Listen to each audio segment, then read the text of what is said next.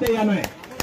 त्याला म्हणजे अन्य अनेक पानगळ या ठिकाणी बोलणारे, फक्त मी एवढाच सांगेन की आरक्षणाच्या विषयातून नोकरीपासून वंचित राहिलेला सुद्धा मी आहे.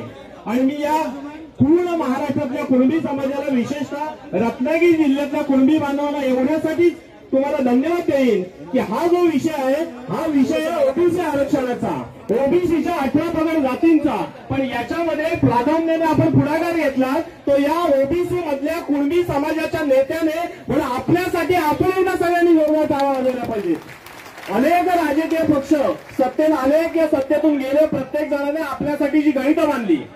आज कुणबी समाजाच्या नावाखातर खाडाखोड केलेले दाखले असतील, बदललेले दाखले असतील, या दाखल्यांचा दाखला देऊन कुणबी समाजाच्या माध्यमातून ओबीसी आरक्षणामध्ये जो घुसण्याचा प्रयत्न केला जातो, तो जर प्रयत्न थांबवायचा असेल तर आपण सगळ्यांनी एकजुटीने राहायला पाहिजे.